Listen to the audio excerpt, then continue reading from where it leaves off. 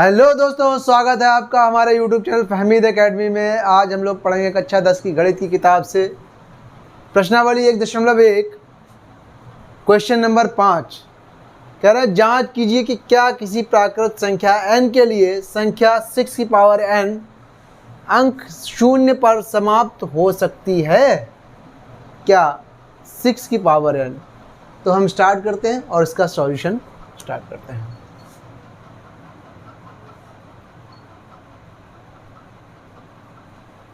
देखेंगे सबसे पहले हम यहाँ देखेंगे कि n कोई प्राकृत संख्या है। क्या हम यहाँ देखते हैं कि 6 की पावर n की जगह हमने रख लिया 1, 6 की वैल्यू 6, n की जगह पर 2 रख लिया हमने। तो इसका मतलब क्या होता है 6 इंटू 6 यानी कि 36। यहाँ रख लिया 6 की पावर 3 कर ली, 6 इंटू 6 इंटू 6 यानी कि कितना हो गया 216। इसी प्रकार से आगे भी देखेंगे हम। यहाँ देखेंगे n की वैल्यू चाहे कोई रख लें हम, यहाँ पर वंस प्लस डिजिट जो है इकाई का अंक जो है वो 6 ही रहेगा इसमें।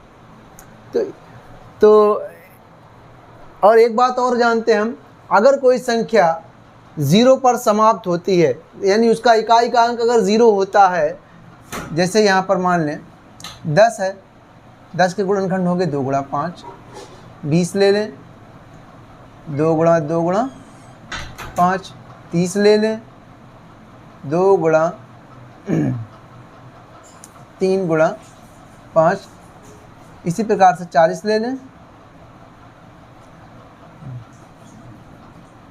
2 गुणा 2 गुणा 2। यहाँ देखेंगे हम इसी प्रकार से और भी आगे संख्याएं लेंगे तो इनमें सभी में 2 और 5, 2 और 5, 2 और 5, 2 और 5 ये सभी के गुणनखंड होंगे, सभी के गुणनखंड होंगे। तो यहाँ पर हम कह सकते हैं अगर कोई संख्या 0 पर समाप्त होती है, 0 पर समाप्त होती है इसका मतलब अगर किसी संख्या का अंक 0 है तो उसका एक गुणनखंड 2 और एक 5 अवश्य होगा। अगर कोई संख्या 0 पर समाप्त होती है तो उसका एक गुणनखंड 2 और एक 5 अवश्य होगा। तो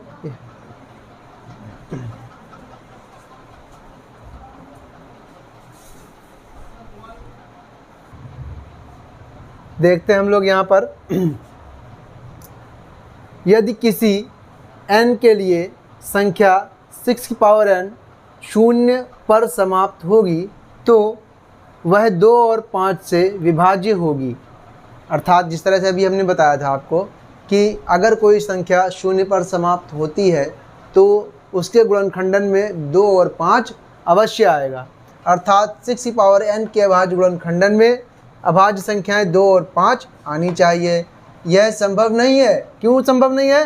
क्योंकि 6 की पावर n जो है, यहाँ पर हमने देखा 6 के फैक्टर जो होते हैं 2 इंटू 3 होते हैं और n पावर है इसकी। तो यहाँ पर कभी भी हम n की वैल्यू अलग अलग रख सकते हैं, लेकिन 6 की पावर जो 6 के फैक्टर हैं वो 2 इंटू 3 वो नहीं बदलेंगे, वो 2 इंटू 3 के रूप में ही रहेंगे। इसी कारण 6 की पावर n के गुणनखंडन में केवल अभाज्य संख्याएं 2 और 3 ही आ सकती हैं। अंकगणित की आधारभूत प्रमेय की अद्वितीयता हमें यह निश्चित कराती है कि 6 की पावर n के गुणनखंडन में 2 और 3 के अतिरिक्त और कोई अभाज्य गुणनखंड नहीं है। इसलिए कोई संख्या n नहीं है जिसके लिए 6 की पावर n अंक 0 पर समाप्त होगी। चाहे तो आप लोग स्क्रीनशॉट ले सकते हैं इसका, और स्क्रीनशॉट ले लें आप लोग इसका। ये लैंग्वेज इसी तरह से लिखनी है आपको। यहाँ पर 6 की पावर n है और 4 की पावर n के रूप में पूछ सकते हैं। लैंग्वेज आपको इसी प्रकार से लिखनी है। तो चलते हैं नेक्स्ट क्वेश्चन की तरफ। क्वेश्चन नंबर 6 देखते हैं।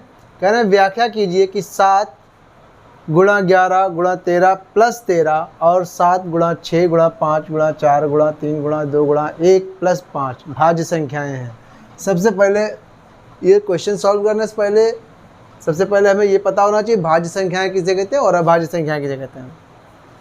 तो ऐसी संख्याएं जिनके सिर्फ 2 गुणनखंड होते हैं, एक वह संख्या स्वयं और दूसरी एक, जैसे 7 गुणा 1 बराबर 7। तो ये कैसी है? अभाज्य संख्या है। 5 गुणा 1 बराबर 5। इनके सिर्फ दो गुणनखंड होते हैं, या ये कह लें सिर्फ अपने ही पहाड़े में आती हैं, दूसरे किसी पहाड़े में नहीं आती हैं, तो अभाज्य संख्याएं होती हैं। और भाज्य संख्याएं कैसी होती हैं, जैसे ये 8, 2 गुणा 2 गुणा 2, जिनके 2 से ज़्यादा गुणनखंड हो, जिनके 2 से ज़्यादा गुणनखंड हो, वह संख्याएं भाज्य संख्याएं होती हैं। अब जैसे ये 9 ले लें, 9, एक तो 9 एकन 9 होता है, फिर उसके बाद 9 3 तिया 9 होता है, तो इसके 2 से ज़्यादा गुणनखंड हैं, यानी कि 1 2 3 4। इसी प्रकार से हम कोई और संख्या ले लें, 10 ले लें, 10 गुणा 1 होता है, फिर 2 गुणा 5, इसके भी चार गुणनखंड हो गए। तो ये भाज्य संख्याएं हैं।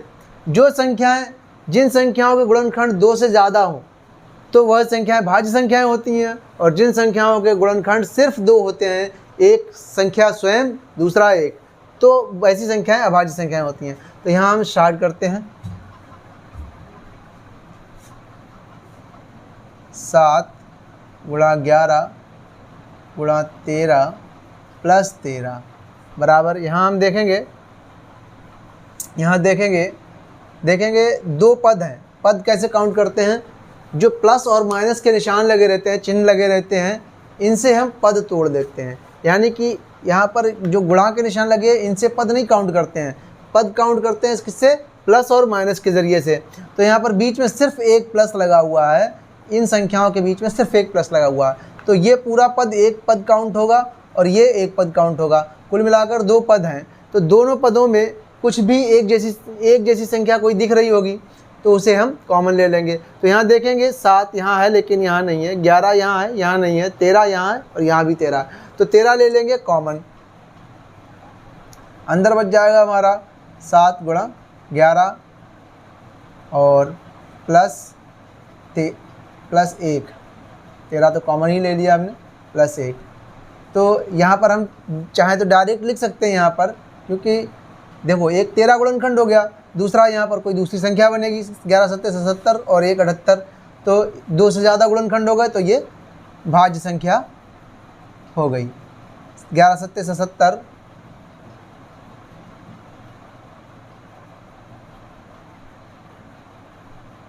तो यहाँ पर हम देख लें बराबर एक भाज्य संख्या।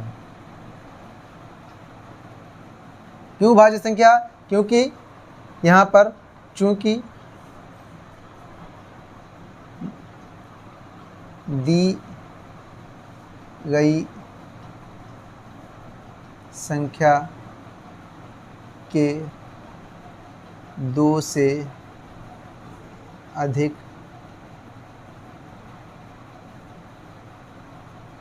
गुणनखंड हैं, इसलिए दी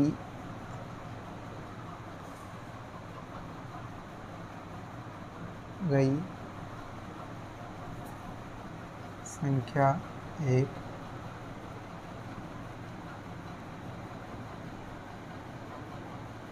भाज्य संख्या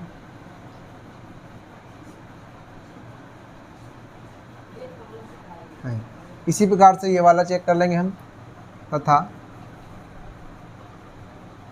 7 गुणा 6 गुणा 5 गुणा 4 गुणा 3 गुणा 2 गुणा 1 प्लस 5। यहाँ भी देखेंगे हम सिर्फ 2 पद हैं, बीच में सिर्फ एक प्लस है, तो इसका मतलब ये 2 पद हैं। इन दोनों पदों में कुछ भी कॉमन दिख रहा हो तो उसको हम कॉमन ले लेंगे।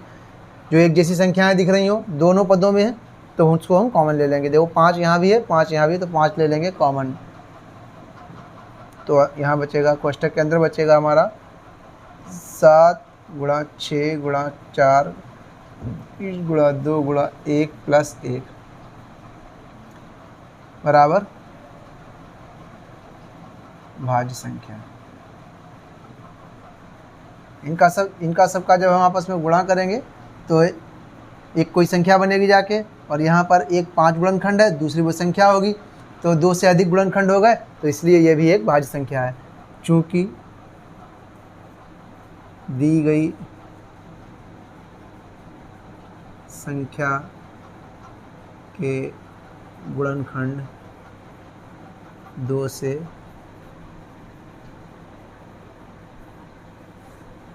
अधिक हैं, इसलिए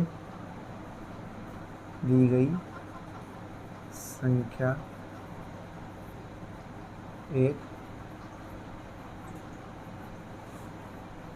भाज्य संख्या है।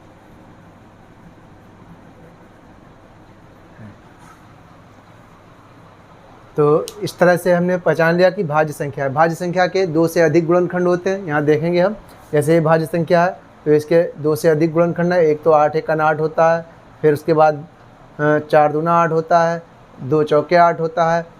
तो इसी प्रकार से इसका 9 एकन 9, 3 तिया 9, 10 एकन 10, 2 पंजे 10 और भी संख्याएं होती हैं। जो भाज्य संख्याएं होती हैं उनके गुणनखंड 2 से अधिक होते हैं, और जो अभाज्य संख्याएं होती हैं उनके सिर्फ 2 गुणनखंड होते हैं, एक स्वयं संख्या, दूसरा 1 होता है।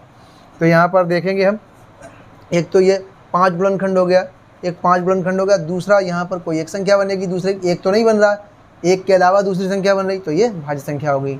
इसी प्रकार से यहाँ देखेंगे हम, एक तो 13 हो गया गुणनखंड और दूसरी यहाँ पर 78 बन गई, तो इसके भी 2 से ज़्यादा गुणनखंड हैं। 2 से ज़्यादा गुणनखंड, क्योंकि 78 के भी गुणनखंड करेंगे तो और भी गुणनखंड निकल आएंगे, तो ये भी एक भाज्य संख्या हो गई। और जो अभाज्य संख्याएं होती हैं उनके सिर्फ 2 गुणनखंड होते हैं, एक तो संख्या स्वयं होती है, दूसरा 1 होता है। तो यहाँ पर एक 13 है और दूसरा 78 है, एक तो नहीं है, तो इसलिए ये भाज्य संख्या है।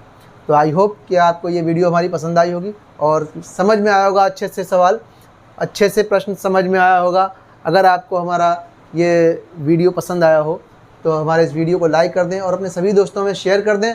और अगर आप हमारे चैनल पर नए हैं तो हमारे चैनल को सब्सक्राइब करके घंटी वाला आइकन प्रेस कर लें, जिससे हमारी लेटेस्ट वीडियो का नोटिफिकेशन आप तक आसानी से पहुंचता रहे। Thank you.